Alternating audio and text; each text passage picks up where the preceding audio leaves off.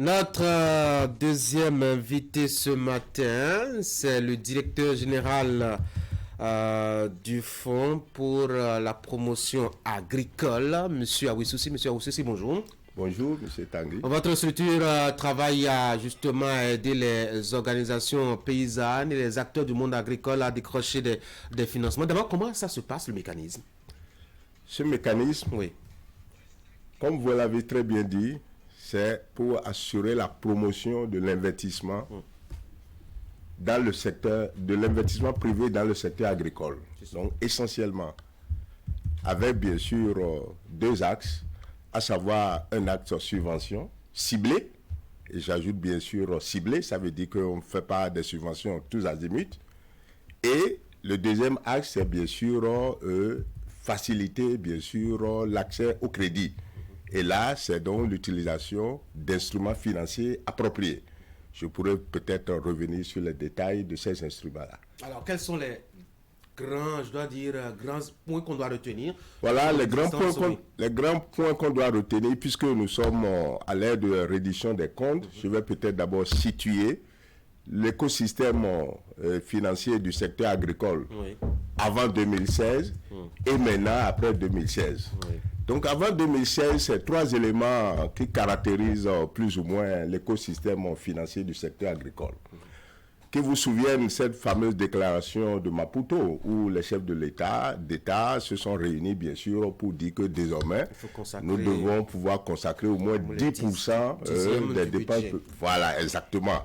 Simplement parce que à l'époque, la crise agricole se pointait à l'horizon.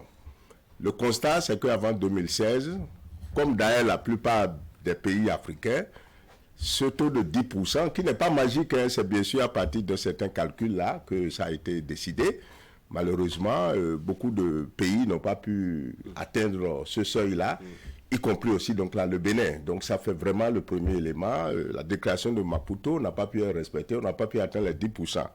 Deuxième élément, c'était que le financement des initiatives privées était très très faible. Je dis bien, initiatives privées étaient très faibles. À savoir que, bien sûr, les banques ne voulaient pas tellement, n'étaient pas très alléchantes pour financer le secteur agricole. Il n'y a que quelques chaînes de valeur qui sont, bien sûr, financées. C'est le cas, par exemple, donc là, du coton. Le coton était pratiquement la seule filière qui était financée par les banques de la place, simplement parce que c'est une filière très, très structurée et on est sûr, bien sûr, donc là, qu'on va vendre et puis on pourra, bien sûr, récupérer. Donc, avec des taux d'intérêt élevés, tout ça là, le secteur privé, pour les autres chaînes là, n'était pas du tout financé. Alors, à l'époque, le troisième élément, c'est qu'il y avait bien sûr deux instruments que l'État avait mis en place, à savoir le fonds FADEC et FADEC Agriculture, et bien sûr le FNDA. Malheureusement, ces deux fonds n'ont pas pu vraiment bien jouer leur rôle. Pour le fonds FADEC, par exemple, c'est à peu près 1,3 milliard qui avait été mobilisé et injecté, bien sûr, donc là, dans le secteur agricole, au niveau, bien sûr, des communes. En ce qui concerne le FNDA avait été créé, mais n'avait pas encore été opérationnalisé. L'opérationnalisation du FNDA n'a commencé véritablement qu'en 2020. Alors, depuis là, qu'est-ce que vous avez pu faire? Depuis là, voilà, on a fait vraiment beaucoup de choses. D'abord, la déclaration de Maputo est complètement remplie. En dehors de l'année 2017, en moyenne, depuis 2016 jusqu'à 2022, c'est au moins 10,8% bien sûr du budget, ce qui est vraiment donc la une prouesse. Ça veut dire qu'on a commencé par financer massivement le secteur agricole. Deuxième chose, c'est que depuis 2016, les financements sont structurés. Avant 2016, le financement, bien sûr, que l'État mettait, en dehors, bien sûr, des partenaires au développement, c'était surtout sur la filière coton. Mais depuis 2016, c'est en 2016 seulement que l'État a épongé les dettes qui étaient dues, à savoir, bien sûr, dettes sur les intrants, dettes sur le transport. C'était vraiment un problème. Donc, il fallait remettre le pendule à l'heure. Mais depuis 2017, l'État n'a plus mis un seul rond dans la filière cotonnière. Et je crois que c'est extrêmement important de le dire. Alors que les 20 dernières années avant 2016, l'État mettait beaucoup d'argent, bien sûr, dans la filière coton, notamment, bien sûr, les intrants. Alors, dès lors qu'on a suspendu on a éliminé ces subventions côté coton, où est-ce qu'on a mis l'argent qu'on mettait? Voilà, exactement, c'est ça. Donc, on a restructuré. Et là, on a commencé, bien sûr, par financer les autres filières.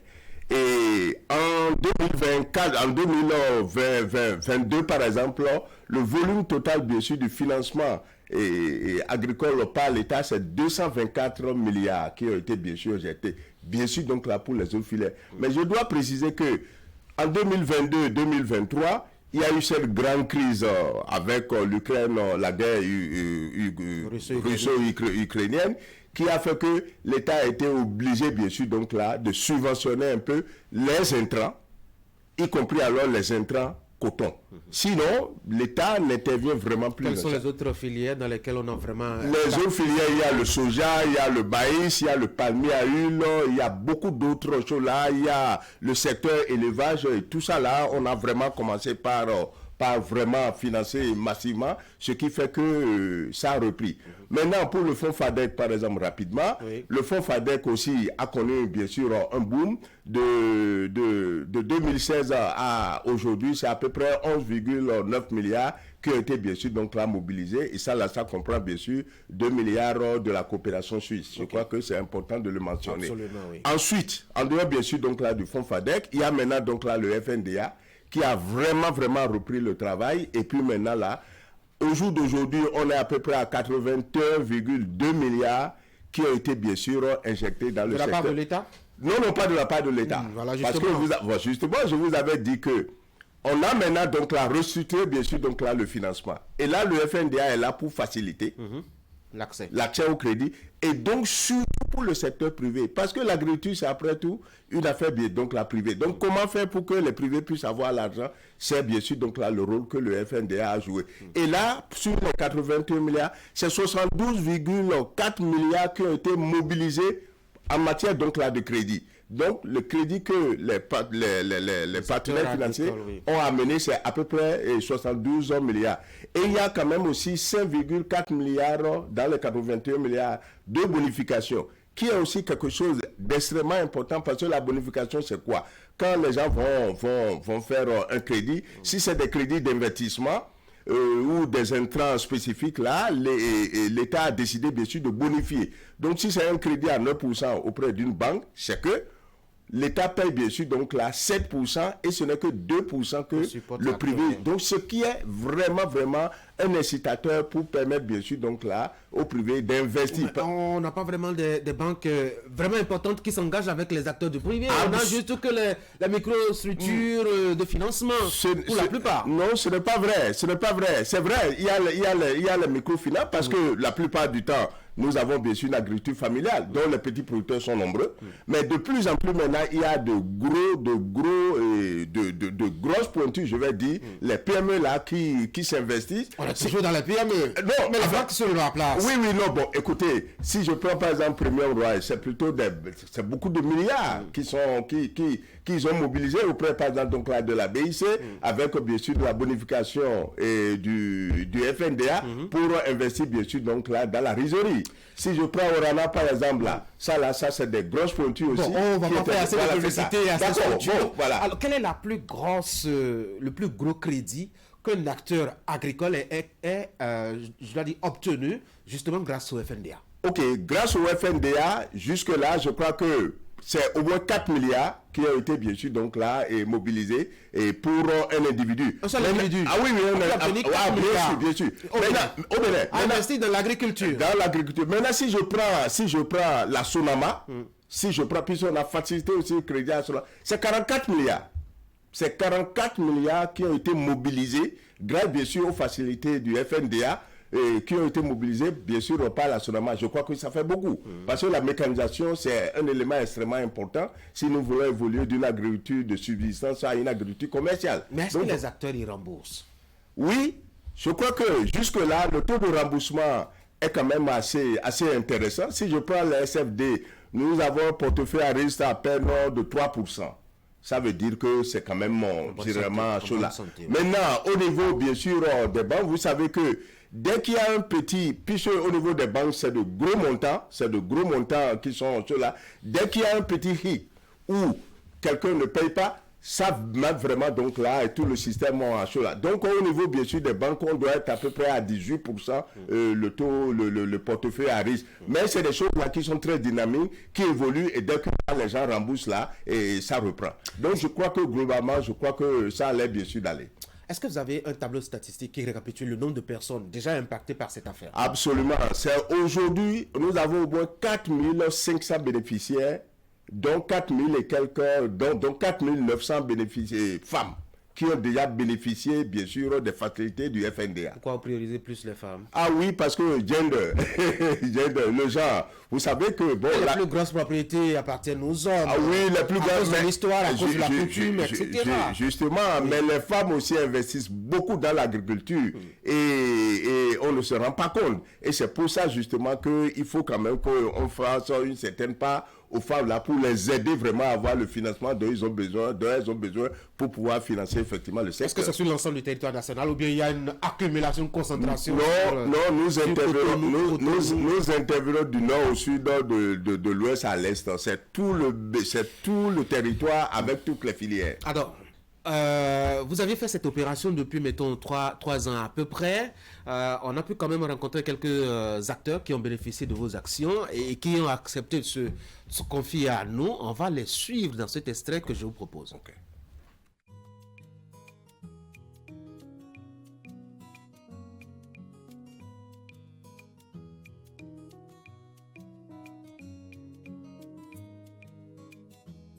À Djougou, dans l'arrondissement de Bariénon, il y a Dieudonné. Dieudonné, c'est Isso Anna en Lopa, une ferme agro-pastorale. La production animale et la production végétale, l'aviculture, la cuniculture, l'apiculture, la pisciculture, le maïs, le soja, l'anacade, le riz. La production du riz, ce dernier volet est le volet sur lequel nous avions eu un partenariat avec FNDA. Et nous avions monté un projet que nous avions soumis. Par le passé, les banques étaient très réticentes à financer les projets liés à la production agricole. Mais avec le Fonds national de développement agricole et son lobbying, l'affaire est pliée. Nous avions obtenu un crédit de 44 millions. Avec ces fonds, le promoteur de la ferme Isso Anna a acquis décortiqueuse de riz, tracteurs et accessoires. Le gouvernement a bien réfléchi pour mettre ce projet-là au profit des producteurs. Sinon, autrefois, les banques disaient tout le temps que le domaine agricole est très risqué. Avec la facilitation de FNDA, non seulement que les banques acceptent financer l'agriculture, mais ils acceptent de financer à un taux très raisonnable. Un taux à un chiffre. On n'a jamais vu ça avec les banques. Ça marche avec FNDA. Je me demande s'il n'y avait pas FNDA, comment ferais-je? L'usine tourne à plein régime. Toute la journée, les sacs se remplissent de riz. Les magasins sont pleins. D'ici là, toute cette production se retrouvera sur le marché béninois. La société Premium Rice Mill Industries est spécialisée dans la production, la transformation et la commercialisation du riz local. Nous avons signé une convention avec l'État béninois pour la gestion des 2 unités de décortiquage du riz. Il s'agit de la rizerie de Glazoué et Malanville. Premium Rice Mill Industries a bénéficié de l'appui du Fonds national de développement agricole. L'appui dont nous avons bénéficié du fonds est très déterminant. L'entreprise est accompagnée à travers le guichet 2 du Fonds national de développement agricole. Le guichet 2 comporte l'appui conseil, la vulgarisation et le conseil agricole, l'appui institutionnel, la sensibilisation, la formation, l'éducation non formelle, la recherche, l'assistance technique. Le FNDA n'a pas donné de l'argent à Premium Rice, mais le FNDA s'est porté garant de Premium auprès d'autres partenaires financiers. L'intervention du Fonds national de développement agricole a poussé vers le haut les activités de l'entreprise. À Malanville, nous sommes passés de 2 tonnes par heure à 5 tonnes par heure. Et à Glazoué, nous sommes passés de 2 tonnes par heure à 10 tonnes par heure. Et donc, ceci a permis d'augmenter la capacité de transformation des deux unités et d'avoir des équipements modernes de transformation qui permettent d'avoir un riz fini de très bonne qualité apprécié par les consommateurs. Assez intéressant, faut-il dire, à travers ces témoignages donc des acteurs ayant bénéficié de l'appui du FNDA pour accéder à des facilitations et à des ressources d'appui financier. Je dois vous dire que ça doit être un gros orgueil pour vous. Absolument. On est vraiment satisfait de ce qu'on est en train de constater, comme vous venez de le voir. Quels sont les gros défis aujourd'hui pour le FNDA? Les gros défis au jour d'aujourd'hui, c'est quoi? C'est d'abord s'assurer de la qualité des projets que les bénéficiaires soumettent aux banques et au SFD. Ça, c'est vraiment un gros défi. Parce que si le projet soumis à une banque n'est pas de bonne qualité, la banque ne va pas financer. Surtout qu'il y a beaucoup de risques dans le secteur agricole. Donc là, c'est un gros défi, mais on est en train maintenant de trouver la solution. Qu'est-ce que vous faites? On vient bien sûr de signer un accord de partenariat avec l'ADPME, agence de développement des petites et moyennes entreprises, qui dispose bien sûr de ressources aussi bien humaines que financières pour appuyer justement les bénéficiaires, les porteurs de projets à travailler sur leurs projets et à améliorer la qualité avant bien sûr que ça ne soit soumis. Oui, mais sûr. la qualité la professionnalisation aussi des acteurs, c'est important. Absolument, la professionnalisation aussi des acteurs sur la DPME justement aussi joue ce rôle-là, la formation dans tous les domaines, non seulement dans le domaine agricole, mais dans le domaine, bien sûr, du management. Si vous avez bien fait attention à cet élément qui vient de passer à Premier Rome, ils ont parlé aussi, bien sûr, donc là, du guichet 2, qui s'occupe bien sûr de toutes les activités qui sont non financières, à savoir la formation, la certification, l'accès au marché, ainsi de suite, etc. Donc, tous ces éléments-là, on travaille là-dessus. Donc, le plus gros défi aujourd'hui, c'est d'abord l'amélioration de la qualité, et là, les choses. Ensuite, le deuxième défi, là, c'est quand même important de le dire, c'est vraiment intensifier le refinancement. Si vous permettez, le refinancement, c'est bien sûr donc là permettre au SFD, on signe des accords de convention, des conventions avec les SFD, on leur accorde des lignes de crédit, ils mettent en place les crédits et ils nous retournent pour dire, ah vraiment sur les 2 milliards là, j'ai pu mettre en place 300 millions. Donnez-nous alors ces 300 millions. On regarde, on leur donne encore les 300 millions et comme ça là, ils vont encore financer. C'est donc là un revolving. C'est important parce que c'est ça qui va permettre vraiment d'atteindre les petits producteurs. Vous voyez un peu, c'est ça qui permettra donc là d'atteindre effectivement les petits producteurs, de nous assurer que les petits producteurs sont effectivement financés. Donc là, c'est un défi. On est en train de travailler là-dessus avec les choses. Actuellement, ce n'est que 18 SFD avec lesquels nous travaillons, alors qu'ils sont plus de 100. Donc, nous devons chercher bien sûr à accrocher d'autres SFD pour qu'ils puissent nous accompagner dans ça là. La question du marché, surtout avec les difficultés des producteurs qui ne comprennent pas pourquoi il faut vendre à moindre coût pour alimenter les usines en cours d'installation à la GDIZ, comment le FNDA voit justement cette problématique-là. Il faut leur permettre quand même, après avoir investi, égrouillé comme ça, suyé, etc., que ces paysans vendent à des coûts assez intéressants et surtout qu'ils trouvent là où il faut vendre. Absolument. Et je crois que nous y sommes aujourd'hui, c'est pour ça qu'on parle du développement sahélien. Vous savez qu'avant c'était la filière cotonnière seulement, tout le monde fait cela parce qu'on est sûr du marché dès que vous produisez. Oui, mais il y a l'anacade aussi qui donne l'anacade aussi, mais il y a l'anacade aussi, une bonne partie, les noix de qualité, pardon. Absolument. Aujourd'hui maintenant, avec bien sûr donc là, la GIZ, la GDIZ, le marché est garanti, le marché est là. Mais à quel coût, justement? Ah non, justement. Parce que les producteurs disent, on vendait quand on exportait, on vendait un peu plus cher, mais maintenant, on nous demande de vendre à un prix qui est difficilement supportable. Il faut faire très attention, si c'est le producteur qui le dit ou bien c'est les intermédiaires. C'est ça aussi. C'est pas trop, hein? Voilà, c'est ça aussi le problème. Parce que quand vous vendez déjà toutes vos récoltes dans le champ, quelle marge de manœuvre vous avez pour parler bien sûr donc là du prix. Le problème est plutôt ailleurs. Vous voyez un peu, donc c'est beaucoup plus les intermédiaires qui se plaignent que les producteurs. Sinon, comment est-ce que les prix sont fixés? Les prix sont fixés au niveau, bien sûr, des filières. Ils s'entendent, ils regardent, bien sûr, donc là, le coût de revient, et puis ils décident. C'est pour ça qu'on parle même, donc là, de prix plancher, où on ne doit pas descendre en dessous de ce prix. Donc, si les gens arrivent, bien sûr, à produire, normalement, si on respecte tout, ils doivent pouvoir, bien sûr, donc là, s'en sortir. Mais les intermédiaires n'entendent forcément pas de cette oreille-là, et choses-là. Donc, je crois que la GDIZ, là, c'est le marché qui est là, et il faut forcément produire, non seulement en quantité, mais aussi en qualité, pour satisfaire ce marché-là. C'est ça qui va nous permettre, bien sûr, donc là, d'aller au-delà pour notre développement. Nicolas Wissoussi, je rappelle, vous êtes directeur général du Fonds national du développement agricole. Merci d'être passé sur la pub. Merci. Très bonne journée. Merci à vous. Mesdames et messieurs, la suite d'Actu Matin, c'est la rubrique économie. Jacques Degbé a déjà décroché notre appel. Voici donc notre rubrique de ce matin.